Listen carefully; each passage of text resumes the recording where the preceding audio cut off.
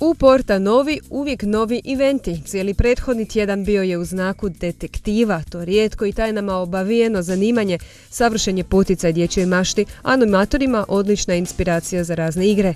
Prvo je naravno trebalo shvatiti što to detektiv uopće radi, a kako lakše nego kroz kultnu predstavu osječkog dječjeg kazališta Emil i detektivi. Mislim da je to bila prošle godine najgledanija predstava, mislim da smo najviše puta izveli. To je više od 50, ali ne znam sad točno koliko, nekih 70-80 puta.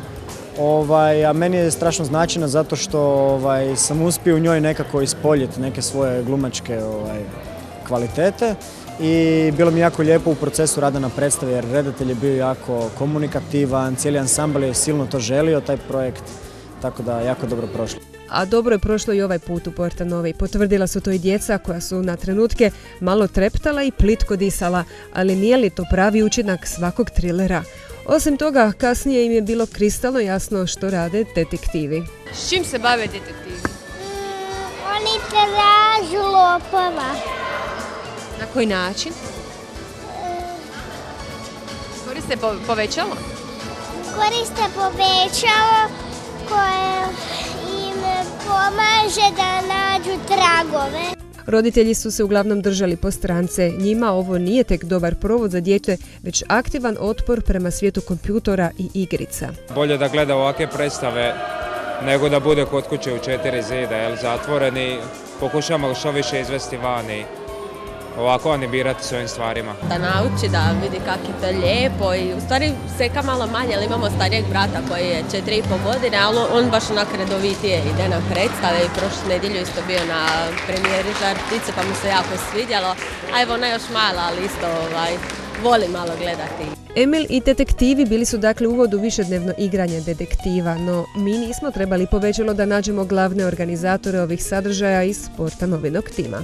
Pa bilo bi prikladno da sada Maja ima u ruci povećalo barem. Pa naravno da bi, ako nemam već povećalo, onda makar onu kapicu koja će označiti da sam detektiv. Evo ga, kao što vidite, nam je tjedan i samo nekako smo zaokružili to vikendom, je velika avantura u Porta Novim. Tako smo nazvali događanja koje su vezani uz detektivske priče. U detektivskom duhu crtalo se, šuljalo kroz prepreke od konca, izraživale 3D slike. Ova ruka izgleda kao prava, ali detektivi znaju, to je optička varka. Evo, ovo je jedan primjer 3D ruke. Znači, djeca ocrtaju svoju ruku, rub, i zatim flomasterima ili sa masnim bojicama crtaju ravne crte do ruke i kada dođu do ovih dijelova koji su već ocrtani, naprave zavijenu crtu i tako cijeli dlan i na kraju dobiju 3D ruku na papiru.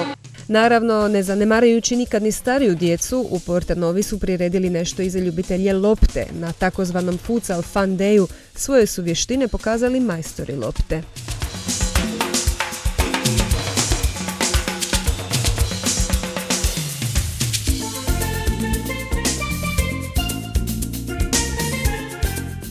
A iduće pak vijesti iz Porta Nove mogle bi zanimati više žene. U Porta Novi pripremaju se za fashion inkubator, ali sve je još u fazi priprema. No kad bude definirano, znat ćete gdje ćete čuti što treba znati.